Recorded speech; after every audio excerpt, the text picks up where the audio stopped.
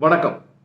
நாளந்த கல்லூரி மாணவன் மற்றும் ஆசிரியர்களுக்கு இடையில் இருந்த தவறான உறவு, இந்த ஒரு விடயம்தான் கடந்த ஒரு வார காலமாக சமூக ஊடகங்களில் பேசப்பட்டது. அதாவது இலங்கையில் இவ்வாறான ஒரு சமூக சீர்கேடான கேவலமான ஒரு விடயம் இடம்பெற்ற முதல் சந்தர்ப்பம் இது அல்ல. பாடசாலைகள் இதற்கு முன்னர் எத்தனையோ பேசுவதற்கு நாக்கூசுகின்ற விடயங்கள் நடந்திருக்கின்றன, இன்றளவும் நடந்து கொண்டும் இருக்கின்றன திரைமறைவில். ஓகே, ஆனால் இந்த ஒரு விடயம் வெளியில் கசிந்து விட்டது, சோசியல் மீடியாவில் பரவி விட்டது. அதனால் இதை அதிகமாக நாங்கள் பேசுகின்றோம். இது உண்மையில் ஒரு மன்னிக்க முடியாத குற்றம். ஆசிரியர்கள் என்ற ரீதியில் பார்க்கும் பொழுது மன்னிக்க முடியாத ஒரு குற்றம். அதாவது இந்த இடம்பெற்ற இந்த ஒரு கேவலமான சம்பவத்தினை பொறுத்தளவில் ஒரு 4 தரப்பிடம் எங்களது இந்த காணொளி, இந்த கண்ணோட்டத்தை பார்க்கலாம். முதலாவது, இந்த ஒரு அதாவது அவர்களுக்குள் இருந்த அந்த ரகசியத்தை வெளியில் பரவ செய்த அந்த ஒரு நபர் அல்லது குழு. இரண்டாவது, இந்த ஆசிரியர்கள் மூவரும் ஒரு நண்பனின் தாயும், மொத்தம் 4 பேர். மூன்றாவது, இந்த மாணவன், சம்பந்தப்பட்ட இந்த உயர்தர வகுப்பு மாணவன். நான்காவது, இந்த இருவராலும், இந்த மாணவன் இந்த ஆசிரியர்களால் பாதிக்கப்பட்டோர். இந்த 4 தரப்பினருடைய பார்வையில் இருந்தும் இந்த ஒரு காணொலியை பேசுவோம். இது உங்கள் சந்திரன் ரிவீல்ஸ். என்னுடைய காணொலிகள் உங்களுக்கு வந்திருந்தால் சேனலை சப்ஸ்கிரைப் செய்ய மறக்க வேண்டாம். இணைந்திருங்கள், தொடர்ந்து பேசுவோம். ஓகே, முதலாவது நான் சொல்வது, இந்த ஒரு வீடியோவை வெளியில் கசிய செய்த அந்த ஒரு மாணவனுடைய நண்பனோ அல்லது யாரோ ஒரு குழுவோ. அதாவது உண்மையில் இந்த மாணவனும் இந்த ஆசிரியர்களும் குற்றவாளிகள். ஆசிரியர்கள் என்பவர்கள் இந்த மாணவனை விட அதிக குற்றம் சாட்டப்பட வேண்டியவர்கள் இந்த ஆசிரியர்கள். இவர்கள் திருந்த வேண்டும். ஆனால் இது அந்த நபருக்கு, குறிப்பிட்ட இந்த வீடியோவை வெளியில் கசிய செய்த, லீக் செய்த நபருக்கு தெரிய வரும் பொழுது அதை அணுகி இருக்க வேண்டிய ஒரு முறை இருக்கின்றது. அதாவது மானபங்கப்படுத்தல் என்பதும் ஒரு குற்றமே. ஏனெனில் இந்த மானபங்கப்படுத்துதல் என்ற ஒரு செயல்பாட்டினூடாக அந்த குறிப்பிடப்பட்ட குற்றவாளிகளோடு சம்பந்தப்பட்ட அந்த சமூகமே, அந்த அவர்களது பிள்ளைகளாக இருக்கட்டும், குடும்பமாக இருக்கட்டும், உறவாக இருக்கட்டும், அனைவருமே பாதிக்கப்படுகின்றார்கள்.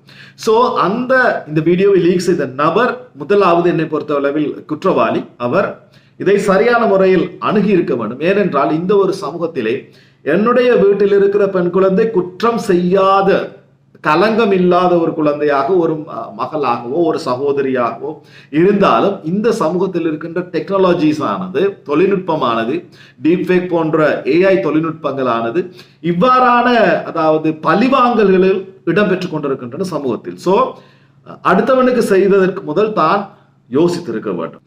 இரண்டாவது, இது சம்பந்தப்பட்ட ஆசிரியர்கள். உண்மையில் ஒரு சமூகத்தின் எதிர்காலத்தை தீர்மானிப்பதில் மிக முக்கிய பங்கு வகிப்பது இந்த ஆசிரியர்கள் என குறிப்பிடப்படுவது. ஏனெனில் ஒரு பிள்ளையை சமூகத்துக்கு உருவாக்கி கொடுப்பது இந்த ஆசிரியர்கள். சோ இந்த ஆசிரியர்கள் மூலமாகவே ஒரு மாணவன் தவறாக வழிநடத்தப்பட்டிருக்கின்றான் என்று சொன்னால் அது உண்மையில் மன்னிக்கவே முடியாத குற்றம். எந்த ஒரு வேதத்திலும் நான் நினைக்கவில்லை இதற்கு மன்னிப்பு இருக்கும் என்று, அல்லது இதற்கு ஒரு பரிகாரம் இருக்கும் என்று. அந்த அளவு மன்னிக்க முடியாத ஒரு குற்றம். அதாவது ஒரு ஆசிரியரிடமிருந்து ஒரு மாணவனுக்கு கிடைக்கின்ற அன்பு ஒரு தாயிடமிருந்து மகனுக்கு கிடைக்கின்ற அன்பு போன்றுதான் இருக்க வேண்டும். அதில் அந்த கலப்படம் இருக்கக்கூடாது. அதிலும் இது போன்ற காம எண்ணங்கள் இருக்கக்கூடாது. ஆனால் இந்த ஒரு விடயத்தை பொறுத்த அளவிலே அது பணத்துக்காகவோ தெரியவில்லை, அவ்வாறான ஒரு கதையும் இருக்கின்றது. 3 ஆசிரியர்கள் இங்கு, அதாவது பல விடயங்கள் குறிப்பிடப்படுகின்றன. இந்த மாணவன் 2024 உயர்தரம் எழுதிய மாணவன். இந்த இருந்த குறிப்பிடப்பட்ட ஒரு ஆசிரியை ஏற்கனவே 6 மாதங்களுக்கு முன்பு இந்த பாடசாலையில் இருந்து விலகி சென்ற ஒரு ஆசிரியை. இவ்வாறான பல வதந்திகள் உலாவிக் கொண்டிருந்தாலும் கூட எவ்வாறாயினும் இந்த பாடசாலை சமூகத்தில் தான் இந்த 4 சம்பந்தப்பட்டிருக்கின்றனர். இதில் ஒரு மாணவனின் தாயும் அடங்குகின்றார். ஓகே, அதாவது அந்த கொஞ்சம் வயது முதிர்ந்த அந்த ஒரு பெண்மணியை பொறுத்தளவில் தான் உண்மையிலேயே சொல்ல முடியவில்லை. ஏனென்று சொன்னால் அந்த ஒரு மாணவனுக்கு தாய் அல்ல, பெரியம்மா என்ற ஒரு ஸ்தானத்தில் பார்க்கப்பட வேண்டிய, அதாவது தாயின் அக்காவாக கணிக்கப்பட வேண்டிய ஒரு வயதுடைய ஒரு பெண்மணி கூட இந்த ஒரு மாணவனோடு நிர்வாணமாக இந்த ஒரு வீடியோ காலில் இருந்தது. உண்மையில் இந்த சமூகம் எங்கே செல்கின்றது என்று ஊகித்துக் கொள்ளவே முடியவில்லை. ஓகே, அதாவது இந்த ஆசிரியர் என்றாலும் கூட ஒரு பெண்ணாக பார்க்கும் பொழுது அந்த குறிப்பிட்ட அந்த 4 பாலியல் தேவை என்ற ஒரு விடயம் இருந்திருக்கலாம்.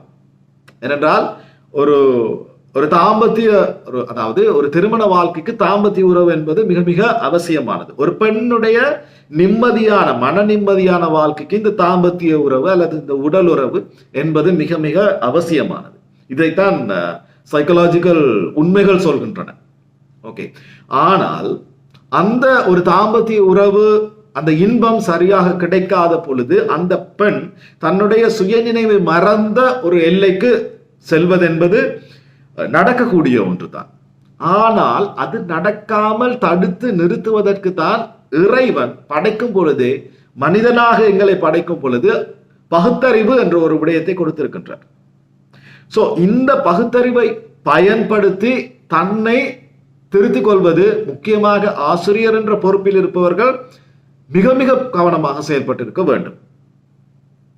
அல்லது அவ்வாறு தான் தன்னுடைய பாலியல் தேவையை நிறைவேற்றிக் கொள்ள வேண்டுமாயின் அதற்கு பொருத்தமான ஒரு நபரையாவது தேர்வு செய்திருக்க வேண்டும். இந்த விடயத்திலே இந்த மாணவனை இவ்வாறு இந்த 4 மாறி மாறி பயன்படுத்தியது என்பது மிக மிக தண்டிக்கக்கூடிய ஒரு குற்றம். இது எவ்வாறு தண்டனை இவர்கள் பெறப்போகின்றார்கள் என்பது தெரியவில்லை, பொறுத்துதான் பார்க்க வேண்டும். 3வது இந்த குறிப்பிடப்பட்ட மாணவன். இந்த மாணவன் ஆசிரியர்களினால் தவறாக வழிநடத்தப்பட்டான். 100% இதுதான் உண்மை, இவனில் குற்றமே இல்லை என்று நான் கூற மாட்டேன். ஏனென்று சொன்னால், ஒரு ஆசிரியருக்கும் ஒரு மாணவனுக்கும் இடையேயான தொடர்பாக இருந்தால் நிச்சயமாக அந்த ஆசிரியை இவனை மைண்ட் வாஷ் பண்ணி தன்னுடைய தேவைகளை நிறைவேற்றுவதற்கு பயன்படுத்தியிருக்கலாம். ஆனால் இந்த மாணவனுக்கு இருந்ததோ 4 தொடர்பு. சோ ஒருவேளை இந்த 4 இவன் இந்த தொடர்பில் இருந்திருக்கின்றான் என்பது கூட தெரியாமல் இருந்திருக்கின்றான். ஒருத்தர் இன்னொருத்தருக்கு தெரியாமல் இது நடந்திருக்கலாம். ஆனால் இந்த மாணவன் தன்னிடம் இருந்த அந்த செல்வாக்கையும், அதாவது பாடசாலை சமூகத்தில் இருந்து தனது செல்வாக்கையும் பயன்படுத்தி, தன்னுடைய அந்த பணக்கார தன்மையையும் பயன்படுத்தி, செல்வத்தையும் பயன்படுத்தி இந்த ஆசிரியர்களை ஒருவேளை விலைக்கு கூட வாங்கி இருக்கலாம். ஏனென்று சொன்னால், பணம் என்று சொல்லும் பொழுது விரும்பாதவர்கள் யாரும் இருக்க முடியாது. ஆகவே ஆண் குழந்தையாக இருந்தாலும் கூட இந்த பருவ மாற்றம் என்ற ஒரு விடயம் உருவாகின்ற வயது இருக்கின்றது தானே, ஒரு வயது எல்லை இருக்கின்றது. சில விடயங்களை, இந்த பாலியல் சம்பந்தமான விடயங்களை தெரிந்து கொள்கின்ற வயது எல்லை இருக்கின்றது. ஒரு 13, 14 வயது தொடங்கும் பொழுது பெற்றோர்கள் இந்த ஆண் பிள்ளைகள் மட்டிலும் மிக மிக கவனமாக இருக்க வேண்டும்.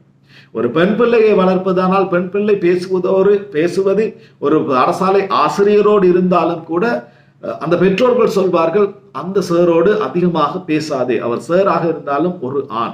ஆனால் இதே விடயம் அந்த டீச்சரோடு அதிகமாக பேசாதே, அந்த ஆசிரியரோடு அதிகமாக பேசாதே ஒரு மாணவனுக்கு சொல்வதில்லை, மகனுக்கு சொல்வதில்லை. ஏனென்று சொன்னால், ஆசிரியை என்பது தாய் ஸ்தானத்தில் பார்க்கப்படுகின்ற ஒரு இடம்.